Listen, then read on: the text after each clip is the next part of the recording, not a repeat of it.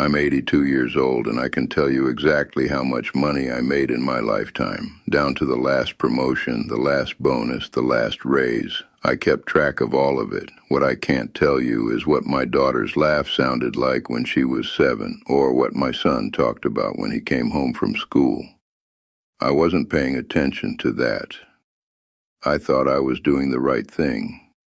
That's what I tell myself now, anyway. I grew up without much. My father worked in a factory and we never had extra. I remember wearing shoes that were too small because we couldn't afford new ones until the old ones fell apart. I remember my mother stretching meals, watering down soup, making things last. So when I started working, I made a promise to myself I'd never live like that. I'd never let my family go without. I'd build something, security, stability. A life where money wasn't the thing we worried about every single day. And I did that, I really did. I started as a salesman when I was 23, insurance at first. Then I moved into commercial real estate. I was good at it, better than I expected. I liked the work. I liked the feeling of closing a deal, of watching the numbers grow. It felt like proof that I was doing something right, that I was different from my father.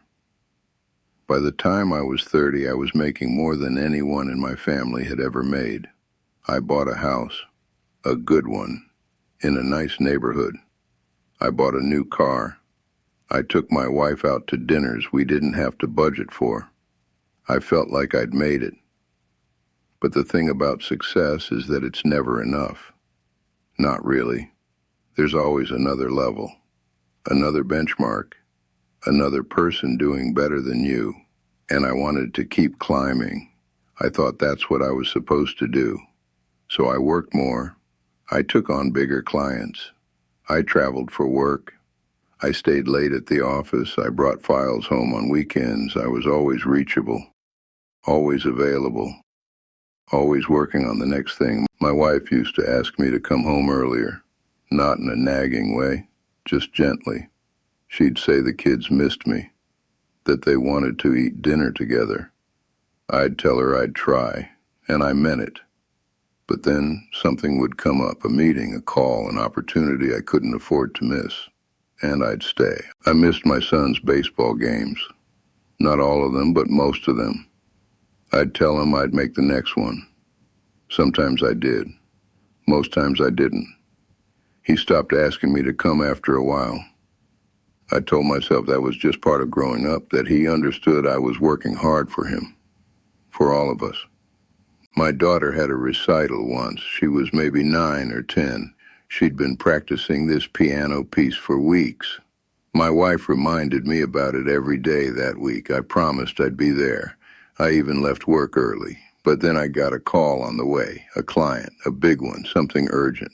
I pulled over and took the call. It lasted 45 minutes. By the time I got to the recital, it was over. I found them in the parking lot. My daughter was still in her dress. She looked at me and I could see she'd been crying. I apologized. I told her I'd tried. She just nodded and got in the car. She didn't talk to me the rest of the night. I bought her a necklace the next week, something nice, expensive. I thought it would make up for it. She thanked me, but she didn't wear it. I don't think she ever did. The years went by faster than I expected. That's something nobody tells you. You think you have time. You think your kids will be young forever, that there will always be another game, another recital, another chance. But then you blink and they're teenagers. And then they're gone. My son went to college across the country. I paid for it, all of it. I was proud of that. I told him he could focus on school and not worry about money. He called home once a week, usually to talk to his mother.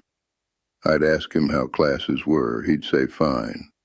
We'd run out of things to say pretty quickly. My daughter stayed closer, but we didn't see each other much. She got married when she was 26. I paid for the wedding. It was a big one. Beautiful. I walked her down the aisle, and I remember thinking that I didn't really know her anymore, not the way I should. She was polite with me, loving even. But there was a distance there I didn't know how to cross. I retired when I was 65. I'd saved well, more than enough. I thought I'd feel relieved, like I'd finally made it to the finish line, but instead I just felt empty. I didn't know what to do with myself. I'd spent 40 years working, and now there was nothing to work toward. My wife and I had time together then. Too much time in some ways. We'd sit at breakfast and not have much to say. She'd ask what I wanted to do that day, and I wouldn't have an answer. We'd gotten used to living separate lives.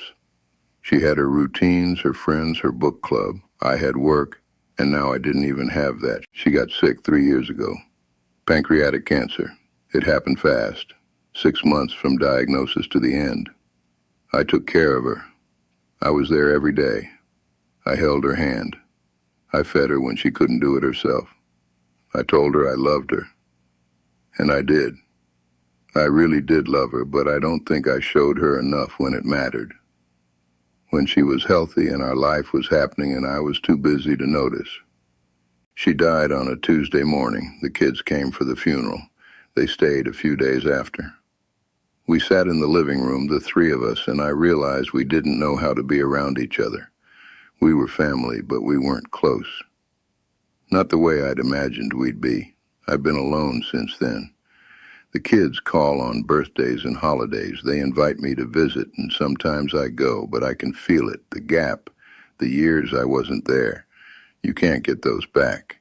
You can't undo the missed dinners, the skipped games, the moments you chose work over them. They don't blame me, at least they don't say they do. They tell me I gave them a good life, that they never went without, and that's true. They didn't. I made sure of that. But I wonder sometimes what they would have chosen if I'd asked them. If they'd wanted the bigger house and the nicer vacations and the college tuition, or if they just wanted me to be there, to be present, to know them. I look at my bank account now and I see all those numbers I worked so hard for, and I don't feel anything. I can't spend it on what I want most. I can't buy back time. I can't buy back my son's childhood or my daughter's trust or the years I should have spent with my wife. I thought I was building security. I thought I was being a good father, a good husband, a good man. And maybe I was in some ways. But I missed the point. I missed the life that was happening right in front of me because I was too focused on the life I thought I was building for later. There's a phrase people use, making memories. I used to think it was sentimental, silly even. But now I understand it. Memories are the only thing you take with you.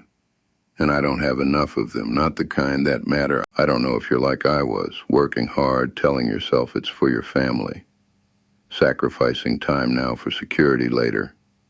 Maybe you are. Maybe you're reading this and thinking I'm being dramatic, that you're different, that you'll balance it better than I did. Maybe you will. I hope you do. But I'll tell you what I wish someone had told me when I was 30, when I was climbing and building and chasing. I wish they'd said, the money will still be there. The work will always be there. But your kids won't. Your wife won't. The moments won't. You think you'll have time later. You think you'll slow down when you hit a certain number or a certain age. But you won't. Because there's always another goal, and by the time you realize it, the people you love have learned to live without you. I'm 82 now. I have enough money to live comfortably for the rest of my life. I have a house that's too big for one person. I have a closet full of clothes I don't wear and a garage full of things I don't use.